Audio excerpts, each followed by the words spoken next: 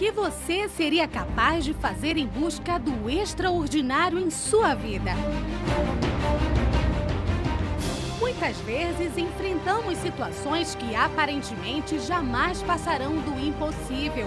Situações que estão além de nossos limites, da própria capacidade humana, ficando apenas como um desejo mais íntimo ou um sonho distante, presente apenas nas aspirações, que mais parecem inalcançáveis.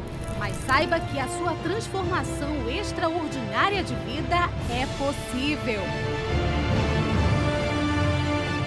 Existe um Deus que é grande, altíssimo e capaz de dar a reviravolta mais surpreendente que você possa imaginar. Quer saber como encontrar este Deus do impossível, do surpreendente, do extraordinário? O altar é o ponto de encontro.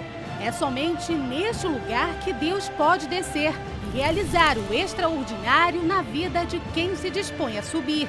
E a Fogueira Santa de Israel é a oportunidade que proporciona este divisor de águas na vida de qualquer pessoa que crê.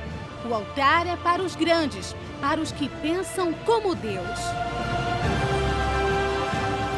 E é por este motivo que todos os dias o pastor Leno, juntamente com pastores do estado, oram por todos os que estão nesta fé à meia-noite, o horário em que os ponteiros se encontram voltados para o alto. Quando você pensa grande, você vai até Deus. Como sempre, à meia-noite, com os dois ponteiros apontados para o alto, pequeno que representa você, representa eu, representa a condição humana. E o ponteiro grande representa Deus. Eu estou aqui com as vestimentas, pedaço da sua roupa velha, porque você vai deixar de se vestir do velho. Deus não vai remendar a sua vida.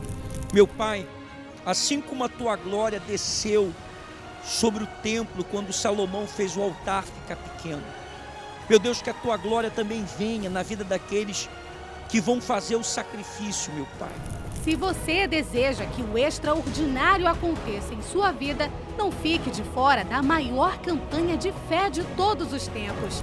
BR-316, no quilômetro 1, em Troncamento, ou na Universal mais próxima de você.